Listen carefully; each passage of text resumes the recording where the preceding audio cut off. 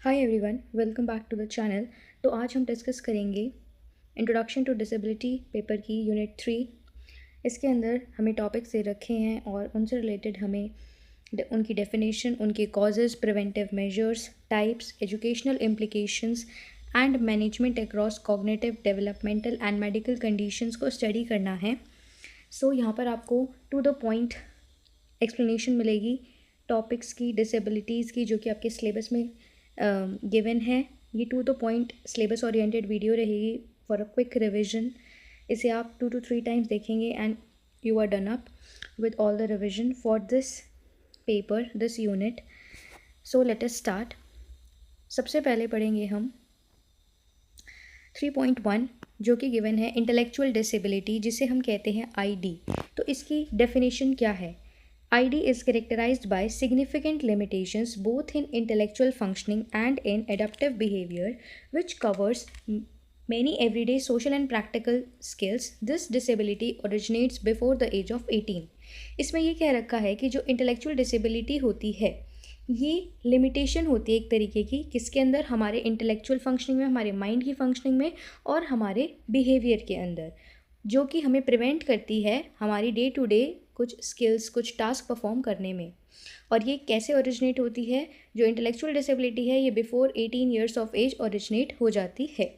इसकी code definition है, उसके अंदर दे रखा है कि ये एक न्यूरो डेवलपमेंटल डिसऑर्डर है जो कि कैरेक्टराइज्ड है कितने आईक्यू से? आईक्यू का स्कोर जो होगा, इंटेलिजेंस क्वेश्चन का स्कोर जो होगा, वो होगा बिलो 70 to 75, अलॉन्ग विद कुछ डिफेक्ट्स भी देखने को मिलेंगे आपकी स्किल्स के अंदर, आपके कंसेप्चुअल फॉर्मेशंस के अंदर, प्रैक्टिकल स्किल्स के अंदर। तब कहा जाएगा कि ये पर्सन इंटेलेक्चुअली डिसेबल्ड है। इसके क्या कॉजेज़ हैं और क्या प्रिवेंटिव मेजर्स हैं? कॉजेज़ की बात करें तो जेनेटिक सिंड्रोम्स जैसे डाउन सिंड्रोम हो गया, फ्रेजाइल एक्स सिंड्रोम है, ये इसका कॉज है। Prenatal toxin exposure, prenatal time पे टॉक्सिन्स का एक्सपोजर करा दिया गया। For example fetal alcohol syndrome, इससे क्या हुआ? अल्कोहल पहुंच गई और उसने इंटेलेक्चुअल डिसेबिलिटी को बर्थ दिया। मैटरनल इन्फेक्शंस हो सकते हैं जो मदर को हो जाते हैं, रूबेला या CMV, birth asphyxia, extreme prematurity हो, postnatal childhood brain infections हो सकते हैं लाइक मेनिंजाइटिस, दिमागी बुखार जिसे कहते हैं, एंड सिवियर मैल न्यूट्रिशन। तो ये सारे कॉजेज़ होते हैं इंटेलेक्चुअली डिसेबल्ड होने के। अब क्या प्रिवेंटिव मेजर्स रहेंगे? सबसे पहले आपको जेनेटिक काउंसलिंग करानी है, उसके बाद यूनिवर्सल मैटरनल इम्यूनाइजेशन होनी चाहिए, उसके बाद अल्कोहल को अवॉइड करना है और ज़्यादा अननेसेसरी मेडिकेशंस नहीं लेनी है during pregnancy, safe delivery practices को अडॉप्ट करना है, अर्ली इन्फेंट मेटाबॉलिक स्क्रीनिंग्स करनी है ताकि अर्ली आइडेंटिफिकेशन हो सके और अर्ली इंटरवेंशन दिया जा सके, और प्रॉपर चाइल्ड न्यूट्रिशन का ध्यान रखना है।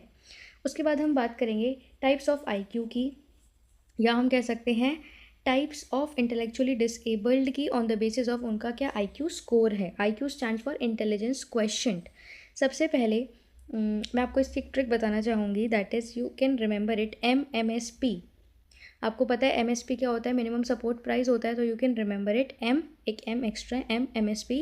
सो mild, moderate, severe and profound. Mild के अंदर आईक्यू लेवल क्या रहता है? 50 to 69 का, मॉडरेट में 35 to 49 का, सिवियर में 20 to 34 का, प्रोफाउंड में बिलो 20। सो आप देख सकते हैं 14 to 15 का गैप है इनके अंदर।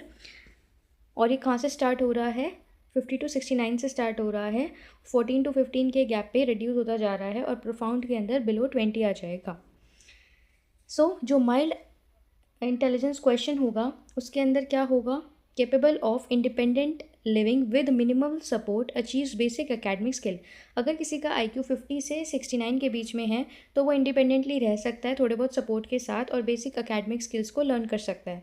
अगर किसी का IQ 35 से 49 है, यानी वो मॉडरेट में आता है, तो वो एक्वायर कर सकता है, कम्युनिकेशन सीख सकता है और सिंपल टास्क कर सकता है, पर किसी की सुपरविजन के अंडर। उसके बाद अगर किसी का IQ 20 से 34 है तो उसे मदद चाहिए कॉन्टीन्यूस बेसिस पर, और उसके अंदर बहुत ही लिमिटेड लेवल पर मोटर और बेसिक कम्युनिकेशन स्किल्स प्रेजेंट होती है। अगर हम बात करते हैं IQ बिलो 20 की, जिसे हम प्रोफाउंड इंटेलेक्चुअली डिसेबल्ड कहते हैं, तो वो टोटली डिपेंडेंट होता है केयर गिवर्स पर अपनी बेसिक डेली लाइफ की एक्टिविटीज़ परफॉर्म करने के लिए, और उसे सिवियर तरीके की, बहुत ही मतलब सीरियस तरीके की फिजिकल और न्यूरोलॉजिकल इम्पेयरमेंट का सामना करना पड़ता है। एजुकेशनल इम्प्लीकेशन क्या होगी ऐसे बच्चे की? उसकी क्लासरूम के अंदर जो रेट ऑफ लर्निंग है, जिस जिस स्पीड पे, जिस पेस पे वो लर्न कर रहा है, वो स्लो रहेगी। उसकी जो अटेंशन स्पैन है वो स्लो रहेगी, शॉर्ट रहेगी। उसकी जो मेमोरी है वो शॉर्ट टर्म रहेगी और उसमें भी प्रॉब्लम आएंगी, डेफिसिट्स आएंगे। डिफ़िकल्टी देखने को मिलेगी एब्स्ट्रैक्ट कॉन्सेप्ट्स को समझने में। कोई कॉन्क्रीट चीज़ है वो तो फिर भी देख के समझने की कोशिश करेगा, बट कोई एब्स्ट्रैक्ट कॉन्सेप्ट है उसे समझने में प्रॉब्लम होगी। और उस बच्चे को चाहिएगा प्रॉपर 1-to-1 अटेंशन चाहिएगी, हैंड्स ऑन एक्टिविटी कराओ, विजुअल टीचिंग एड्स दिखाओ उसे जो वो देख सके, क्योंकि वो इमेजिन नहीं कर सकता अच्छे से। हाईली कॉन्क्रीट चीज़ों का तुम्हें यूज़ करना है। मैनेजमेंट इंडिविजुअलाइज एजुकेशन प्रोग्राम्स, जिन्हें हम कहते हैं IEP, उन्हें तुम्हें प्रायोरिटाइज़ करना है बच्चे की एकेडमिक्स को स्ट्रॉन्ग बनाने के लिए। उन्हें लाइफ स्किल्स सिखानी है, ADLs, बिहेवियर थेरेपी उन्हें प्रोवाइड करवानी है, occupational therapy, early vocational training करवानी है, कि ताकि वो बच्चा अनएम्प्लॉयड ना रहे, उसके अंदर कुछ ऐसी स्किल आ जाए जिससे वो कमा कर खा सके अपनी लाइफ के अंदर। सो ये हमने पढ़ा है इंटेलेक्चुअल डिसेबिलिटी के बारे में, उसकी डेफिनेशन, कॉजेज़, प्रिवेंटिव मेजर्स, उसके जो 4 टाइप है, MSP, एजुकेशनल इम्प्लीकेशंस, उसकी मैनेजमेंट। नेक्स्ट हम चलते हैं SLD, जो है हमारा स्पेसिफिक लर्निंग डिसेबिलिटीज़। अब इसकी क्या डेफिनेशन है? ये एक हेट्रोजेनस, मतलब different different group of conditions होती हैं जहाँ पर कोई ना कोई डेफिसिट देखने को मिलता है, आइदर लैंग्वेज को प्रोसेस करने के अंदर, बोलने के अंदर, लिखने के अंदर, that may manifest itself as a difficulty to comprehend, speak, read, write, spell or do mathematical calculations। तो इसके अंदर बच्चे को ओवरऑल हेट्रोजेनस तरीके की प्रॉब्लम्स आती हैं, या तो लैंग्वेज को लिखने में, स्पीक करने में, बोलने में, रीड करने में, स्पेल करने में, या फिर मैथमेटिकल कैलकुलेशंस को परफॉर्म करने के लिए। सो इसकी कोर डेफिनेशन के अंदर आता है कि ये एक न्यूरोलॉजिकल कंडीशन है जो अफेक्ट करती है बच्चे की ब्रेन की ability to receive the data, उस डेटा को प्रोसेस करने की, और फिर प्रोसेस के बाद उसको स्टोर करके कम्युनिकेट करने की। तो इन चारों स्टेप्स के अंदर प्रॉब्लम आती है। जो इंडिविजुअल है उसका टिपिकली एवरेज या अबव एवरेज इंटेलिजेंस होता है, जिनको स्पेसिफिक लर्निंग डिसेबिलिटी होती है, बट वो डिस्प्ले करते हैं एक significant sort of gap between potential और एक्चुअल एकेडमिक अचीवमेंट। मतलब वो कितना अचीव कर सकते हैं और वो एक्चुअली क्या अचीव कर रहे हैं, उसके अंदर एक बहुत ज़्यादा गैप देखने को मिलता है। अब इसके क्या कॉजेज़ हैं और क्या प्रिवेंटिव मेजर्स है? कॉजेज़ क्या होते हैं स्पेसिफिक लर्निंग डिसेबिलिटी के? स्ट्रॉन्ग जेनेटिक प्री डिस्पोजिशन, मतलब फैमिलियल हिस्ट्री ऐसी आई है कि ये सर्टेन स्पेसिफिक लर्निंग डिसेबिलिटीज़ देखने को मिल रही थी। फिर उनकी जो न्यूरोबायोलॉजिकल वेरिएशंस है, ब्रेन के अंदर कुछ वेरिएशंस हैं, उस वजह से है। प्रीनेटल या पेरीनेटल, प्रीनेटल मतलब बर्थ से पहले, पेरीनेटल मतलब जब बर्थ चल रहा था उस टाइम डिस्ट्रेस फैक्टर्स थे, जैसे कि लो बर्थ वेट रहा है, या बच्चे को एक्सपोजर करा दिया था अल्कोहल को, ड्रग्स को, मे बी थ्रू मदर और इनडायरेक्टली। प्रिवेंटिव मेजर्स क्या रहेंगे? इमीडिएटली तुम्हें आइडेंटिफाई करना है इन्फेंट को, उसकी डेवलपमेंटल डिलेज के साथ तुम्हें आइडेंटिफाई करना है कि वो कहाँ लैग कर रहा है। रेगुलर प्रीनेटल मेडिकल मॉनिटरिंग करवानी है तुम्हें उसकी, और उसे rich early linguistic and sensory simulation provide करना है। इसका मतलब क्या है कि तुम्हें उसे टाइम रहते ऐसा एक इन्वायरमेंट क्रिएट करके देना है जहाँ पर तुम बच्चे को इनकरेज कर रहे हो, सपोर्ट कर रहे हो कि वो लर्निंग को अच्छे से कर सके। ये जो लर्निंग वाली एक्टिविटीज़ हैं, speaking, reading, writing, minimal calculation, spelling, ये सारी चीज़ें वो कर सके। अब डिफरेंट टाइप्स की होती हैं हमारी लर्निंग डिसेबिलिटीज़, क्योंकि इसमें बोला ना स्पेसिफिक, तो हर एक रीजन की अलग स्पेसिफिक है लर्निंग एरिया की डिसेबिलिटी। फर्स्ट है हमारे पास डिसलेक्सिया। तो जो डिसलेक्सिया होती है, सिंपल सी बात, ये रीडिंग से रिलेटेड होती है। यहाँ पर बच्चे को डिफ़िकल्टी आती है रीडिंग एक्यूरेसी मेंटेन करने में। ऑपरेशनल फ्लुएंसी, फ्लुएंसी होता है जिस लय के साथ, फ्लो के साथ आप बोले जा रहे हो, उसके अंदर प्रॉब्लम आती है। वर्ड डिकोडिंग, क्या वर्ड है, उसका क्या मतलब है, कहाँ वो यूज़ हो रहा है, उसमें प्रॉब्लम आती है। स्पेलिंग कैसे फ्रेम होती है, स्पेलिंग के स्ट्रक्चर में प्रॉब्लम आती है।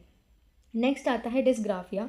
आप याद रख सकते हैं, ग्राफ होता है, ग्राफ पे आप बेसिकली ड्रॉ करते हैं, तो ग्राफ क्या है? Graph is basically related to writing. तो जब बच्चे को प्रॉब्लम आती है अपने रिटन एक्सप्रेशन के साथ, जिसमें उसकी पुअर हैंड राइटिंग हो गई, फाइन मोटर जो उसकी स्किल्स है वो अच्छे से नहीं कर रही हैं काम, पेपर के ऊपर राइटिंग को वो ऑर्गेनाइज नहीं कर पा रहा है, तो उसे क्या है, उसे है डिस्ग्राफिया। नेक्स्ट आता है डिसकैलकुलिया, जैसे कि इसके नाम में ही है, कैलकुलिया मतलब कैलकुलेशन से रिलेटेड होगा। तो बच्चा क्या है, न्यूमेरिकल वैल्यूज़ को इंटरप्रेट नहीं कर पा रहा, समझ नहीं पा रहा, मैथ्स के सिंबल्स को अच्छे से नहीं यूज़ कर पा रहा, प्लस की जगह माइनस कर रहा है, डिवाइड की जगह मल्टीप्लाई कर रहा है।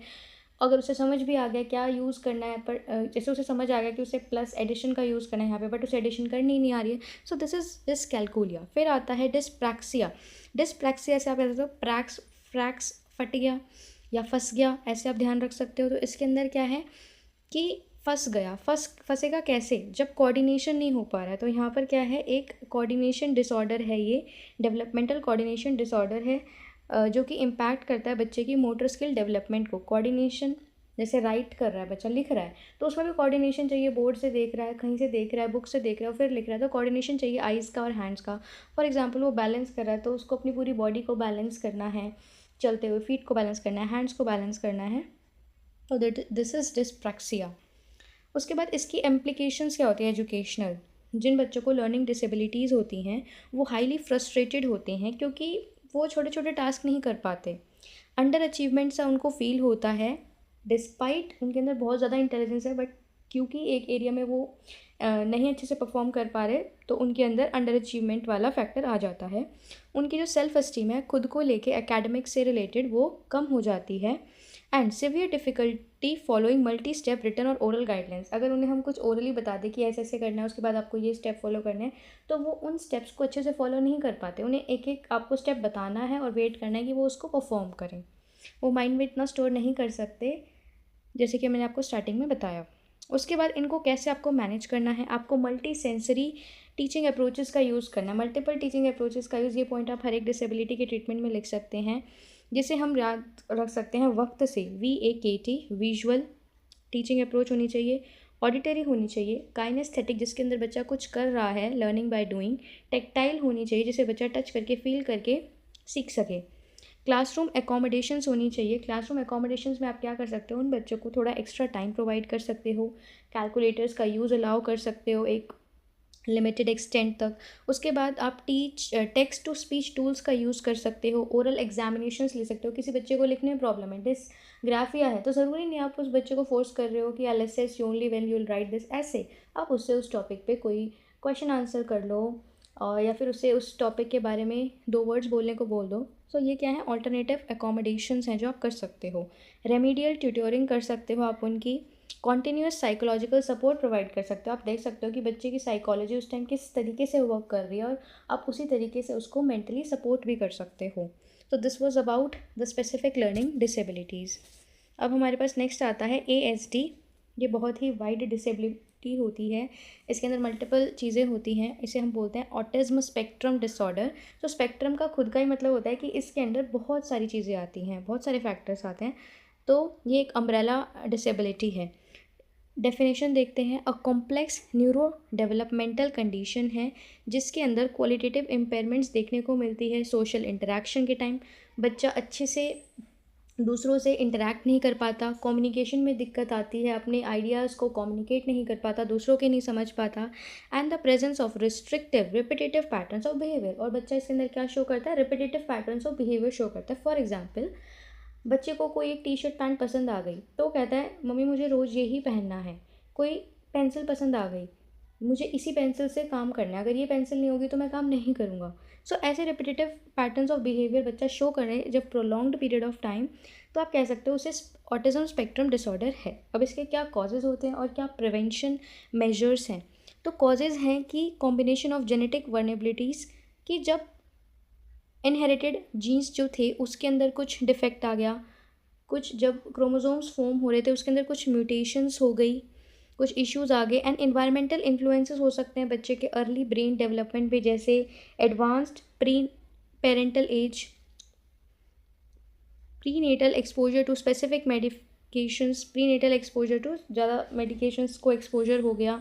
प्रिवेंटिव मेजर्स क्या ले सकते हो, मेटिकुलस मतलब केयरफुल प्री नेटल चेकअप्स करवाने चाहिए, avoidance of teratogenic compounds during pregnancy, मतलब जो अननेसेसरी मेडिकेशंस हैं, हार्मफुल हो सकता है जो बेबी की हेल्थ के लिए, उसकी डेवलपमेंट के लिए, उसको आपको अवॉइड करना है। यूनिवर्सल डेवलपमेंटल स्क्रीनिंग्स करवानी है during the first 2 years of the life. Screenings करवाओ ये पता करने के लिए कि कहीं बच्चे को किसी चीज़ के अंदर प्रॉब्लम तो नहीं आ रही, कोई उसका डेवलपमेंटल लैग तो नहीं हो रहा। अब डिफरेंट लेवल्स होते हैं, टाइप्स होते हैं ASD के। लेवल 1 है जहाँ पर बच्चे को रिक्वायरिंग सपोर्ट होता है। यहाँ पर noticeable social deficits but communicates in sentences, encounters difficulty altering conversations और ट्रांजिशनिंग रूटीन्स। इसके अंदर क्या है, लेवल 1 में रिक्वायरिंग सपोर्ट रिक्वायर्ड होता है। बच्चे के बिहेवियर में हम कुछ डिफेक्ट्स नोटिस कर सकते हैं, उसके कम्युनिकेशन के अंदर भी नोटिस करते हैं, बट वो कम्युनिकेट करता है सेंटेंसेस के अंदर, उसे डिफ़िकल्टी आती है ऑल्टरनेटिंग द कन्वर्सेशंस या ट्रांजिशनिंग रूटीन्स, उसके रूटीन के अंदर कुछ बदलाव आता है तो बच्चे को थोड़ी प्रॉब्लम आती है एडजस्ट करने के अंदर। लेवल 2 आता है जिसके अंदर लिखा है कि रिक्वायरिंग सब्सटैंशियल सपोर्ट। अब यहाँ पे क्या है, marked deficits in verbal and non verbal social communication. वहाँ पर बच्चा सेंटेंसेस के अंदर कम्युनिकेट कर रहा था, बट यहाँ पर उसे वर्बल और non verbal communication, social communication में प्रॉब्लम आ रही है। सिवियर डिस्ट्रेस का वो सामना कर रहा है जब उसका एनवायरनमेंट चेंज हो रहा है। उसके बाद लेवल 3 है जिसके अंदर उसे बहुत ही ज़्यादा सब्सटेंशियल सपोर्ट चाहिए, requiring very substantial support. Severe limitations हो जाती है यहाँ पर वर्बल और नॉन वर्बल कम्युनिकेशन के अंदर, बहुत ही ज़्यादा इंटेंस लिमिटेशंस आ जाती है। Repetitive behaviours heavily restrict daily functioning, क्योंकि वो रिपीटेटिव बिहेवियर करता रहता है तो उसकी डेली फंक्शनिंग इससे अफेक्ट हो जाती है। रिजिड सा हो जाता है बच्चा, बहुत ज़िद्दी हट्टी स्टबर्न टाइप का हो जाता है। Extreme resistance to environmental modifications, अगर उसकी एक चीज़ इधर से उधर भी रख दी तो वो बहुत ही एग्रेसिव हो जाता है, अपना कंट्रोल लूज़ कर देता है।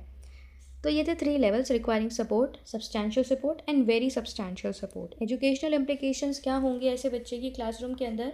Overwhelming difficulty executing group work. जब भी आप ग्रुप वर्क करा रहे हो और उस बच्चे को आप उस ग्रुप में इन्वॉल्व करने की कोशिश कर रहे हो तो आपको चैलेंज फेस करना पड़ सकता है, क्योंकि वो अपने अकॉर्डिंग चीज़ें करना चाहेगा, बट उसे ग्रुप वर्क करना है तो सबके अकॉर्डिंग चलना पड़ेगा। Highly literal interpretation of spoken language. ऐसा हो सकता है कि आपने बच्चे को कोई बात समझाने के लिए कोई एक आयरनी यूज़ करी, पर उस बच्चे ने उस बात का गलत मतलब समझ लिया। क्यों? क्योंकि उसकी कम्युनिकेशन स्किल्स पुअर हैं, तो उससे वो अफेक्ट हो सकता है। Severe vulnerability to sensory overstimulation, bells है, ब्राइट लाइट्स है, मे भी बच्चा उन चीज़ों के साथ कंफर्टेबल ना हो। और rigid attachment to specific school time tables. अब बच्चे को पसंद है कि मैं जो ड्राइंग की क्लास है वो मेरी सेकेंड पीरियड में ही हो जाए, बट ऐसा ज़रूरी नहीं है ना कि डेली ड्राइंग पीरियड जो है वो सेकेंड पीरियड ही हो। तो इसके अंदर बच्चा थोड़ा रिजिडिटी शो कर सकता है स्कूल टाइम टेबल्स में एडजस्ट होने के लिए। मैनेजमेंट कैसे करोगे आप? अप्लाइड बिहेवियर एनालिसिस थेरेपी करोगे, जहाँ पर आप बिहेवियर को एनालाइज करोगे और फिर उसके अकॉर्डिंग उसे थेरेपी प्रोवाइड करोगे। इंटेंसिव स्पीच एंड लैंग्वेज की थेरेपी प्रोवाइड करोगे क्योंकि कम्युनिकेशन में प्रॉब्लम है। सोशल स्किल्स ट्रेनिंग मॉड्यूल्स होगी जिसके अंदर बच्चा सोशल इंटरेक्शन सीखेगा कि कैसे मुझे सामने वाले से बात करनी है। सेंसरी इंटीग्रेशन थेरेपी दोगे ताकि उसका जो सेंसरी ओवर स्टिमुलेशन है, जैसे वो बेल की साउंड नहीं टॉलरेट कर सकता या फ्लैशिंग लाइट्स नहीं टॉलरेट कर सकता, वो मिटिगेट हो सके। उसके बाद स्ट्रक्चर्ड लर्निंग स्पेसेस बनाओगे बच्चे के लिए, प्रॉपरली डिज़ाइंड होंगी, प्री प्लान्ड होंगी कि बच्चा यहाँ पर ये चीज़ें ऑब्जर्व करेगा, ऐसे एक्ट करेगा, ये लर्निंग आउटकम्स रहेंगे। तो आप प्रॉपर स्ट्रक्चर्ड स्पेसेस भी क्रिएट करोगे स्पेसिफिक लर्निंग वो ऑटिस्टिक बच्चे के साथ। नेक्स्ट हमारी डिसेबिलिटी आ जाती है mental illness and multiple disability. जो हमने स्टार्टिंग में पढ़ी थी दैट वाज इंटेलेक्चुअल डिसेबिलिटी, यहाँ पर हम पढ़ेंगे mental illness and multiple disabilities 3.4। So mental illness क्या है? मेंटल इलनेस एक सब्सटैंशियल डिसऑर्डर है जिसके अंदर आता है थिंकिंग, मूड, परसेप्शन, ओरिएंटेशन और memory that grossly impairs judgment, behaviour, capacity to recognise reality और ability to meet the ordinary demands of life. इसके अंदर क्या है, जो मेंटल इलनेस है इसके अंदर हमारे पास डिसऑर्डर किससे रिलेटेड है? थिंकिंग से, हमारे मूड से, परसेप्शन से, हम किसी चीज़ के बारे में क्या माइंडसेट बना रहे हैं, ओरिएंटेशन है या मेमोरी कैसी है हमारी उस चीज़ को लेके। तो इसके अंदर जब डिसऑर्डर्स हम फेस करते हैं तो उसे हम बोलते हैं मेंटल इलनेस। इसके क्या कॉजेज़ हैं और क्या प्रिवेंटिव मेजर्स हैं? Mental illness is cause by जब हमारे ब्रेन के अंदर जो न्यूरोट्रांसमीटर्स होते हैं जो मैसेजेस को ट्रांसमिट करते हैं उनके अंदर इम्बैलेंस हो जाए। डोपामिन हाई हो जाए, सेरोटोनिन हाई हो जाए या लो हो जाए, इम्बैलेंस हो जाता है तो प्रॉब्लम आती है। इन्वायरमेंटल स्ट्रेसर्स हमें देखने को मिलते हैं काफ़ी लंबे टाइम तक, तो ऐसा हो सकता है। अर्ली ट्रॉमा हमने फेस करा है, अब्यूज़ फेस करा है या जेनेटिक म्यूटेशंस कुछ हुई हैं। प्रिवेंटिव मेजर्स के अंदर क्या आ जाता है कि हम स्ट्रेस मैनेजमेंट की ट्रेनिंग दे रहे हैं बच्चे को, मेंटल हेल्थ स्टिग्मा रिडक्शन हो रहा है, अर्ली साइकोलॉजिकल काउंसलिंग प्रोवाइड करें। साइकोलॉजिकल काउंसलिंग आप बहुत सारी डिसेबिलिटीज़ के अंदर पुट कर सकते हो। फिर आता है different types of mental illness, जिसके अंदर हमारे पास आता है मेजर डिप्रेसिव डिसऑर्डर आ जाता है, जनरलाइज एंग्जाइटी डिसऑर्डर है, डिप्रेसिव डिसऑर्डर है, एंग्जाइटी है, सिजोफ्रेनिया है, ठीक है। उसके बाद बायपोलर अफेक्टिव डिसऑर्डर, बायपोलर में कभी आपका मूड बिल्कुल हाई पीक पे हो जाता है, कभी बिल्कुल लो हो जाता है। एंड ऑब्सेसिव कंपल्सिव डिसऑर्डर भी हो जाता है, ओसीडी जिसे कहते हैं। जैसे कईयों को होता है बेडशीट अगर हिल गई तो उसको तुरंत ठीक करेंगे, बेशक से वो 10 बार ख़राब हो, so that is OCD. Obsessive हैं वो उस चीज़ से, कंपल्सिव उनका बिहेवियर हो गया है। सो डिफरेंट टाइप्स है मेंटल इलनेस की, schizophrenia, anxiety disorder, depressive disorder, bipolar affective disorder, OCD. Education implications क्या रहेंगी क्लासरूम में? Sudden drastic drops in school performance देखने को मिल सकता है अगर बच्चा मेंटल इलनेस फेस कर रहा है। कंप्लीट सोशल विड्रॉल, वो सोशल इंटरेक्शन से खुद को बिल्कुल कट कर लेगा। उसके जो इमोशंस है वो आउटबर्स्ट एकदम से होंगे, कभी बिल्कुल हाई कभी बिल्कुल लो। हाई एब्सेंटिज्म देखने को मिलेगी उसकी क्लास में, फिजिकली वो प्रेजेंट है बट मेंटली वो एब्सेंट रहेगा। Extreme fatigue linked to medication side effect, ऐसा हो सकता है कि उसको इतनी ज़्यादा मेडिसिन दे दिए मेंटल इलनेस के चलते कि वो एक्सट्रीम फटीग उसकी जो बॉडी है वो शो करने लग गई है। मैनेजमेंट कैसे होगा? हम बच्चे को प्रोवाइड करेंगे CBT, that is cognitive behavioural therapy. जहाँ पर भी आपको इंटेलेक्चुअली कोई डिसेबिलिटी दिख जाए माइंड से रिलेटेड, वहाँ पर आप सीबीटी लगा सकते हैं। Psychiatric medical management counselling provide कर सकते हैं, supportive classroom counselling, stress reduction, testing accommodations. ऐसा एनवायरनमेंट क्रिएट करें जहाँ पर बच्चे का स्ट्रेस रिड्यूस हो। Well mapped school crisis management framework, अगर स्कूल में कोई क्राइसिस है तो उसको आप कैसे डील करोगे, वो प्रॉपर मैनेजमेंट होना चाहिए। फिर आता है हमारे पास मल्टीपल डिसेबिलिटीज़। तो मल्टीपल डिसेबिलिटीज़ की डेफिनेशन है कि ये एक साइमल्टेनियस प्रेजेंस ऑफ 2 और मोर डिसेबलिंग कंडीशंस हैं। मल्टीपल का मतलब क्या है?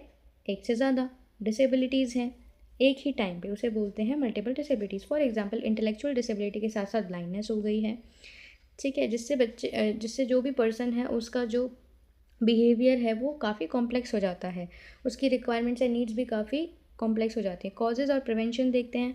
कॉजेज़ क्या रहते हैं इसके? कॉन्जेनाइटल इन्फेक्शंस हो गए, क्रोमोसोमल एनोमलीज़ हो गई हैं, कुछ एबनॉर्मल म्यूटेशंस हो गई क्रोमोसोम फॉर्म होते हुए, सिवियर या क्रोमोसोम की पेयरिंग होती है, सिवियर पेरीनेटल ब्रेन इंजरीज, जब बर्थ हो रहा था उस टाइम ब्रेन में इंजरीज़ हो गई है। Post natal after birth traumas कुछ सफ़र करे हैं। प्रिवेंटेड कैसे? Via pre natal diagnostic tracking कर सकते हो आप, इन्फेंट की क्रिटिकल केयर को ट्रैक कर सकते हो, चाइल्डहुड में सेफ्टी मेजर्स जो लिए जाते हैं उनको स्टडी कर सकते हो। एजुकेशनल इम्प्लीकेशन क्या रहेगी मल्टीपल डिसेबिलिटी वाले चाइल्ड की? Functional impact is multiplicative rather than additive, एक चीज़ दूसरे को अफेक्ट करेगी। इसके अंदर standard single disability approaches are ineffective, इसके अंदर अगर आप किसी एक डिसेबिलिटी को टारगेट करके अप्रोच लोगे तो वो ज़्यादा इफेक्टिव नहीं रहेगी। आपको क्रॉस डिसेबिलिटी अप्रोच अपनानी होगी, जहाँ पर आप एक ऐसा सेटअप क्रिएट कर रहे हो कि बच्चे की जितनी भी डिसेबिलिटीज़ है उन सबको आप अटेंशन दे पा रहे हो। इंडिविजुअलाइज एजुकेशन प्रोग्राम अगेन आप हर एक में डाल सकते हो, जहाँ पर बच्चे को इंडिविजुअली प्रॉपरली स्टडी किया जा रहा है और उसके लिए डिज़ाइन किया जा रहा है इन्वायरमेंट जो प्रायोरिटाइज़ कर रहा है कि वो फंक्शनली इंडिपेंडेंट हो सके। मैनेजमेंट कैसे करोगे? Coordinated trans disciplinary specialist teams, मतलब एक स्पेशलिस्ट टीम और बना सकते हो जो कि कोऑर्डिनेशन में वर्क करें। फिजियोथेरेपिस्ट हैं, स्पेशल एजुकेटर्स हैं, स्पेशलाइज्ड ऑगमेंटेटिव कम्युनिकेशन सिस्टम्स हैं, असिस्टिव टेक्नोलॉजीज़ हैं, कॉम्प्रिहेंसिव अडल्टहुड ट्रांजिशन प्लान्स हैं। नेक्स्ट हमारा लास्ट टॉपिक आता है chronic neurological conditions and blood disorders 3.5। तो क्रॉनिक का मतलब है जो काफ़ी लंबे टाइम से चलती आ रही हैं वो न्यूरोलॉजिकल कंडीशंस। तो इनकी डेफिनेशन क्या होती है क्रॉनिक न्यूरोलॉजिकल कंडीशंस की? ये प्रोग्रेसिव या लॉन्ग टर्म डिसऑर्डर्स होते हैं हमारे सेंट्रल और पेरिफेरल नर्वस सिस्टम के, जो अफेक्ट करते हैं कि किस तरीके से हमारा जो ब्रेन है वो सिग्नल भेज रहा है हमारे मसल्स को और ऑर्गन्स को फंक्शन करने के लिए। तो जो क्रॉनिक न्यूरोलॉजिकल कंडीशंस होती हैं ये दो तरीके की होती हैं, एक होता है एमएस और एक होता है पार्किंसंस डिजीज़। मतलब दो तरीके की नहीं, एग्जाम्पल है। फॉर एग्जाम्पल, तो मल्टीपल स्क्लेरोसिस का मतलब क्या है? The immune system attacks the protective myelin sheath covering nerve fibres causing severe communication disruptions between the brain and the body. आपको पता है जो हमारे नर्व के फाइबर्स होते हैं वो माइलिन शीट से प्रोटेक्टेड होते हैं ताकि कोई भी शॉक हो तो वो एब्जॉर्ब कर सकें और हमारे functioning of brain and body को अफेक्ट ना करे। तो जो मल्टीपल स्क्लेरोसिस होता है इसमें क्या होता है, जो हमारा इम्यून सिस्टम होता है जो हमारी प्रोटेक्शन करता है वही एज अ वेपन एक्ट करता है उस माइलिन शीट को डिस्ट्रॉय करने के, जिससे क्या होता है, कम्युनिकेशन गैप आ जाते हैं ब्रेन और बॉडी के अंदर और मैल फंक्शनिंग होती है। पार्किंसंस डिजीज़ क्या है? एक प्रोग्रेसिव नर्वस सिस्टम डिसऑर्डर है, मीन्स जो इंक्रीज ही होता है विद द टाइम, जो अफेक्ट करता है मूवमेंट को, कॉजिंग फिजिकल ट्रेमर्स होते हैं, मतलब हाथ पैरों में कंपन देखने को मिलती है, रिजिडिटी आ जाती है, मतलब मूवमेंट के अंदर फ्लेक्सिबिलिटी थोड़ी कम हो जाती है, थोड़ी बहुत कम हो जाती है, स्लोड मोटर एग्जीक्यूशन, अगर कुछ काम करना चाह रहे हैं तो बहुत ही स्लोली वो एग्जीक्यूट हो रहा है। एजुकेशन एंड मैनेजमेंट इम्प्लीकेशंस क्या है? अगर क्रॉनिक न्यूरोलॉजिकल कंडीशंस की बात करें तो इसके अंदर रिक्वायर होता है सब्सटैंशियल फिजिकल एडेप्टेशंस बहुत ज़्यादा चाहिए, रैम्प्स बने हुए हो, सिटिंग अरेंजमेंट ढंग से हो, फ्लेक्सिबल डेडलाइंस देनी चाहिए बच्चों को काम के लिए ताकि वो ज़्यादा फटीग ना लें, मेडिकेशन शेड्यूल को मॉनिटर करो कि वो कैसे मेडिकेशंस को फॉलो कर रहे हैं और उन्हें ऑक्यूपेशनल थेरेपीज़ प्रोवाइड करो। नेक्स्ट आता है ब्लड डिसऑर्डर्स। तो ब्लड डिसऑर्डर्स क्या हैं? ये भी क्रॉनिक होते हैं, इनहेरिटेड कंडीशंस होती है जो अफेक्ट करती है सेलुलर कंपोनेंट्स को और क्लोटिंग फैक्टर्स को हमारे ब्लड की क्लोटिंग टाइम टू टाइम होना ज़रूरी है जब भी इंजरी हो रही है, और अननेसेसरी क्लोटिंग होना हार्मफुल है, leading to permanent physiological weakness and clinical vulnerability. Types होते हैं ब्लड डिसऑर्डर्स के, 3 बेसिकली हम देखते हैं, thalassaemia, haemophilia and sickle cell disease. Thalassaemia क्या है? ये एक इनहेरिटेड डिसऑर्डर होता है जहाँ पर जो बॉडी है वो कंस्ट्रक्ट करती है इनएडिक्वेट अमाउंट ऑफ हीमोग्लोबिन। अब ये याद कर सकते हो, थैलेसीमिया मतलब थम गया। क्या थम गया?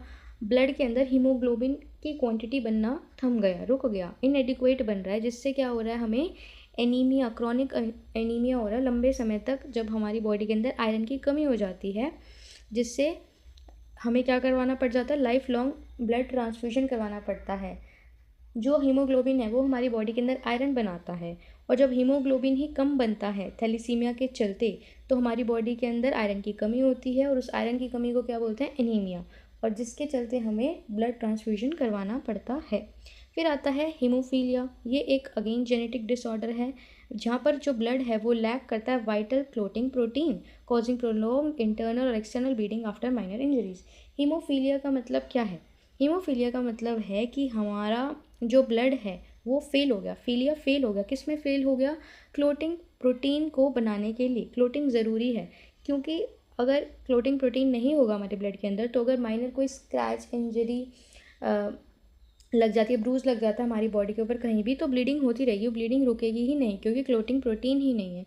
तो हीमोफीलिया में ये होता है। फिर आता है sickle cell disease. Sickle cell इसका नाम इसलिए है क्योंकि यहाँ पर जो सेल्स की शेप होती है वो सिकल की तरह होती है। सिकल आप समझ सकते हैं, दराती जो होती है सी शेप्ड की, शार्प इंस्ट्रूमेंट जो खेती वगैरह में यूज़ होती है। तो जेनेटिक म्यूटेशन से होता है कि red blood cells to deform into a rigid sickle shape blocking localise blood flow and creating agonising pain, crisis और ऑर्गन डैमेज। अब इसमें क्या होता है, सिकल सेल डिजीज़ के अंदर कुछ जेनेटिक म्यूटेशंस हो जाती हैं, ऐसे कॉम्बिनेशंस बन जाते हैं जहाँ पर जो रेड ब्लड सेल्स हैं वो डिफॉर्म होके कुछ एक रिजिड सिकल शेप के सेल्स बन जाते हैं, और वो क्या करते हैं, हमारे ब्लड के फ्लो को रोकते हैं। ठीक है, और उससे क्या होता है, अगर हमारे किसी बॉडी पार्ट में ब्लड नहीं जाएगा तो वो एरिया पेन करने लग जाएगा और वो ऑर्गन डैमेज हो जाएगा अल्टीमेटली, क्योंकि उसके अंदर ऑक्सीजन होती है। अगर हमारे किसी पार्ट में ऑक्सीजन नहीं पहुंच रही तो it will not function. Causes and preventive measures क्या होते हैं इनके? कॉजेज़ कैसे होता है, जेनेटिक म्यूटेशंस हमने देख लिया, इनहेरिटेड हैं बेसिकली, पेरेंट्स कैरियर रहते हैं तो बच्चे में भी आ जाता है। प्रिवेंटेड वाया प्री मैरिटल या प्री कंसेप्शन जेनेटिक स्क्रीनिंग्स। आप जब कंसीव कर रहे हैं तो उससे पहले आप जेनेटिक स्क्रीनिंग्स करा सकते हैं, प्री नेटल डायग्नोस्टिक टेस्ट करवा सकते हैं, पब्लिक अवेयरनेस कैंपेन चला सकते हैं कि बाद में ऐसी ऐसी प्रॉब्लम्स आती हैं। एजुकेशनल इम्प्लीकेशंस क्या रहेगी? बच्चा क्लास से सिवियर एब्सेंटिज्म दिखाएगा क्योंकि वो हॉस्पिटल में ही होगा, या तो ज़्यादा ब्लड लीक कर रहा है या ब्लड ही उसकी बॉडी के अंदर ढंग से फ्लो नहीं कर रहा है, क्लोटिंग नहीं हो रही है, तो वो हॉस्पिटलाइजेशन के अंडर ही रहेगा। मिनिमल फिजिकल स्टेमिना उसका बहुत ही ज़्यादा कम होगा, वो बैठ भी नहीं पाएगा ढंग से, तो क्लास तो क्या ही अटेंड करेगा। हाई वल्नरेबिलिटी रहेगी, इन्फेक्शंस उसको बहुत जल्दी पकड़ेंगे। And the absolute necessity to shield the student from impacts और contact sports, specially in haemophilia. Haemophilia के अंदर क्या पढ़ा था हमने, फेल हो गया हमारा ब्लड किस चीज़ में, क्लोटिंग प्रोटीन बनाने के अंदर। तो स्पोर्ट्स की कोई इंजरी हो रही है तो उसे तो बच्चा सह ही नहीं पाएगा जब ब्लड ही क्लोट नहीं हो रहा।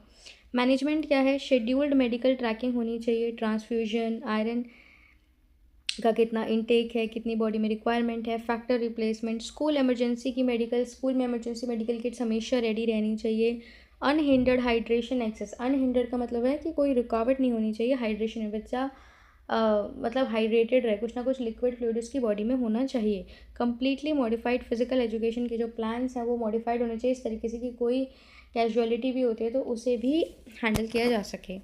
So this was all for this video. इस वीडियो में हमने डिफरेंट डिसेबिलिटीज़ देखी हैं, उनकी definition, types, causes, prevention, measures, example, education implication, आप उन्हें कैसे मैनेज करोगे, ये हमने इस वीडियो में देखा।